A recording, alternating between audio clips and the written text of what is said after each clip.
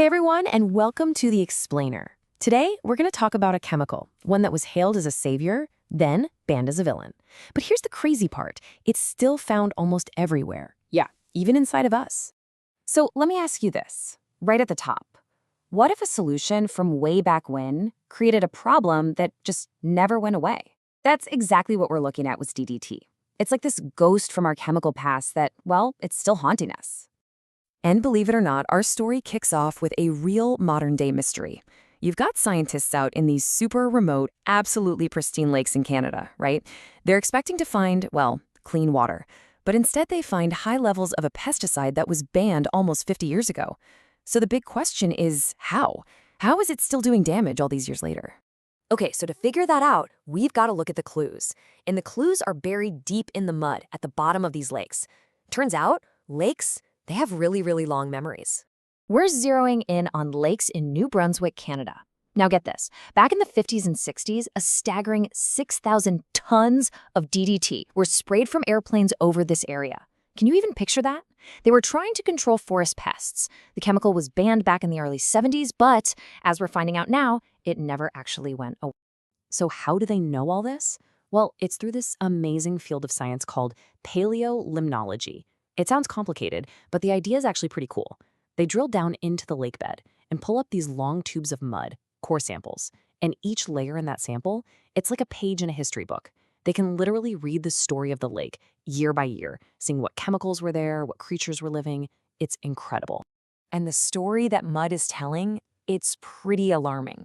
So the thickest layers of DDT, they're from the mid-70s, right as the ban was happening. But here's the kicker.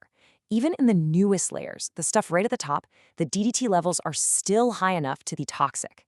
And this is where you see the real lasting damage. Back when DDT use was at its peak, the entire foundation of the food web in these lakes just collapsed. These big, juicy, nutritious little creatures called zooplankton got wiped out and smaller, less nutritious ones took over. And that change, it has never bounced back. It's still that way today.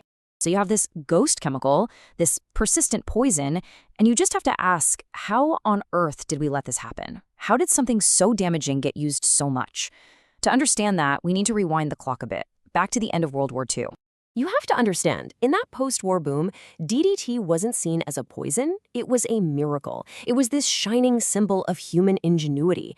It could kill the mosquitoes that carried malaria, the lice that carried typhus. It could protect farms and help feed the world. And honestly, it worked. It's credited with saving literally millions of lives.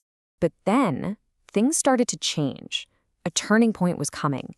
One person, a biologist and a really gifted writer, started noticing things. She began to connect the dots between this wonder chemical and some really disturbing trends in nature. Her name was Rachel Carson. And in 1962, she published her book, Silent Spring, and it landed like a bombshell. It was a total game changer. It wasn't just a rant, it was this incredibly well-researched, powerful argument that these miracle chemicals, they had a hidden, very dark side. Her warning was simple and terrifying. We were poisoning the entire planet, and we were poisoning ourselves along with it. And the key idea she introduced to the public was something called bioaccumulation. Basically, she explained that DDT doesn't just wash away. Nope, it sticks around for a long time. And because it dissolves in fat, it gets stored in the fatty tissues of animals. So a little bug eats some, a fish eats a bunch of those bugs, a bird eats a bunch of those fish, and at every single step up the food chain, that poison gets more and more concentrated. It's a chain reaction of toxicity. So, as you can imagine, Carson's warning was like a lightning bolt. It set off two huge and completely opposite reactions. On one side, you had the chemical industry, and they were furious. And on the other side, well, that's where the modern environmental movement was born. And the attacks on her were brutal. I mean, immediate and vicious. They didn't even try to argue with her science. Instead, critics, many of them funded by the chemical companies, they just attacked her personally. They called her hysterical, emotional, the work of a woman who was out of her depth. They tried to make her sound like some crazy person, instead of the careful, brilliant scientist she actually was. But here's the thing, it didn't work. The public wasn't buying it. Even President Kennedy's own science advisors looked into her claims and said, yep, she's right. Silent Spring woke people up. Its impact was just staggering. Think about this. In just 10 years, her book helped spark the first Earth Day. It led to the creation of the EPA, the Environmental Protection Agency. And one of the very first things the EPA did in 1972 was ban most uses of DDT in the United States. But the ban wasn't the end of the story. Not even close. Because now we have to deal with the consequences, the really unsettling legacy of all that DDT that was sprayed for decades. And we have to figure out what it means for every single one of us, right now. Remember bioaccumulation? Well, because of that, the DDT sprayed 50 years ago is still moving through the world. The USDA finds its breakdown products in our food, in things like cream, kale, even carrots. But this is the truly shocking part. The CDC tested people's blood, and they found those same DDT breakdown products in 99% of them. 99%! It's not just out there in the environment anymore. It's in us. It's in almost all of us.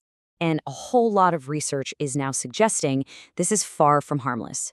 For example, one huge study found something terrifying. A woman's risk of getting breast cancer could be 5 times higher if she was exposed to a lot of DDT before she turned 14. That tells us that the timing really, really matters. Exposure during those critical years of development seems to be incredibly dangerous. And it doesn't stop there. The list of potential health problems just keeps getting longer. Scientists are now finding links between exposure to DDT and its breakdown product, DDE, in a whole range of issues. Things like a higher risk for diabetes, male infertility, more miscarriages, and even neurodevelopmental problems in kids.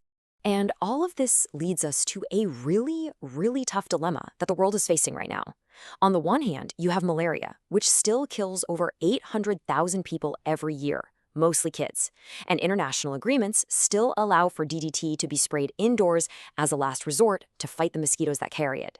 But on the other hand, you have all this mounting evidence of the serious long-term damage it does to our health and the planet. So what do? It's an immediate, deadly crisis versus a slow, creeping, long-term one. Ultimately, the story of DDT is more than just about one chemical. It's a really powerful lesson, isn't it? It shows how the miracle solution for one generation can become the toxic nightmare for the next. And it leaves us with a huge question that we are still trying to answer today in all areas of science and tech. How do we solve the urgent problems we face right now without accidentally creating even bigger, more complicated problems for the future?